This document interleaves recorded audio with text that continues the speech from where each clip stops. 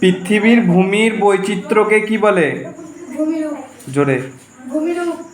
তাহলে পৃথিবীর ভূমির বৈচিত্র্যকে বলে ভূমিরূপ। তারপর ঈশান বল, নবীন ভঙ্গিল পর্বত শ্রেণী আল্পস কোন মহাদেশে অবস্থিত? ইউরোপ মহাদেশে অবস্থিত। বল ইমরান বল, ড্যাশ ও ড্যাশ নদীর মিলিত নাম নীলনদ। ব্লু নীল ও হোয়াইট নীল। নদীর মিলিত নাম হচ্ছে নীলনদ, ঠিক আছে। তারপর বল ঈশান বল, ভারতের একটি পলিগঠিত সমভূমির নাম বল। পলিগঠিত সমভূমি, পলিগঠিত সমভূমি গাঙ্গেয়, বল গাঙ্গেয় সমভূমি। বল বল দেখি, পৃথিবীর ছাদ কোন মালভূমিকে বলে? পামির মালভূমিকে বলা হয়। বল ইমরান বল, আফ্রিকা মহাদেশকে বলা হতো ড্যাশ মহাদেশ।